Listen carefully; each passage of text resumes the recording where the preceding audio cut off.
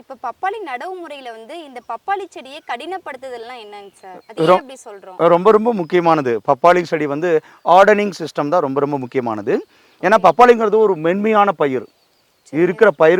இருக்கிற பயிர்களையே பப்பாளி செடி வந்து ரொம்ப ரொம்ப மென்மையானது. தண்டு ஓகேங்க சார். பார்த்தீங்கன்னா ரொம்ப இளம் பச்சையா தான் இருக்கும். ம். நம்ம 35 நாள்லேருந்து 55 நாளுக்குள்ள செடி நடலான்னா இளம் பச்சையா தான் இருக்கும். இப்போ ஏன்னா நம்ம வந்து கிரீன் ஹவுஸ்லயோ பாலி ஹவுஸ்லயோ வந்து ஒரு நிழல் வளல் கூடத்தில் தான் நம்ம வந்து பப்பாளி செடி நிழல்ல தான் வளர்க்க போகிறோம்.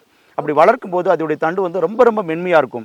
அந்த சரிங்க. மென்மையான தண்டு கொண்டு போய் நம்ம வெயிலில் வைக்கும்போது அந்த என்விரான்மெண்டலுக்கு வந்து சுச்சுவேஷனுக்கு வந்து அது வந்து தயார்படுத்திக்காது. அது தயார்படுத்துறதுக்கு கொஞ்சம் டைம் வேணும். இந்த சூழ்நிலைக்கு வந்து தன்னை மாற்றிக்கிறது வந்து கொஞ்சம் டைம் வேணும்.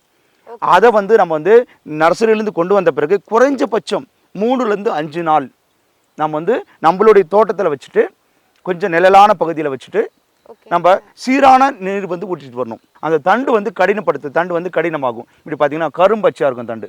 இதை வந்து ஆர்டனிங் சிஸ்டம்னு சொல்லுவோம். இந்த பப்பாளி தண்டு வந்து கடினப்படுத்தப்பட்ட தண்டு. இது வந்து மண்ணில் வைக்கும்போது வேர் வளர்ச்சிக்கு வந்து துணை புரியும்.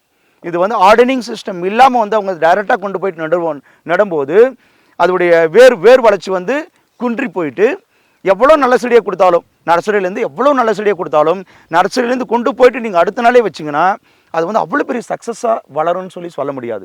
ஓகேங்க சில விவசாயிகளுக்கு வளர்ந்துருக்கலாம், சில விவசாயிகளுக்கு வந்து பெரிய சக்ஸஸாக கூட கொடுத்துருக்கலாம். பட் வந்து அது வந்து ஒரு சரியான முறையும் கிடையாது. ஓகே. நாம் நம்மளுடைய நர்சரியில் நம்ம கொடுக்குறது வந்து கொடுக்குறோம் 35 நாள்லேருந்து 55 நாள் செடி கொடுக்குறோம். நீங்கள் எடுத்துகிட்டு போயிட்டு குறைஞ்சபட்சம் 3 நாள் அதிகபட்சம் 5 நாள் ஆர்டனிங் பண்ணி தான் நீங்கள் வைக்கணும்.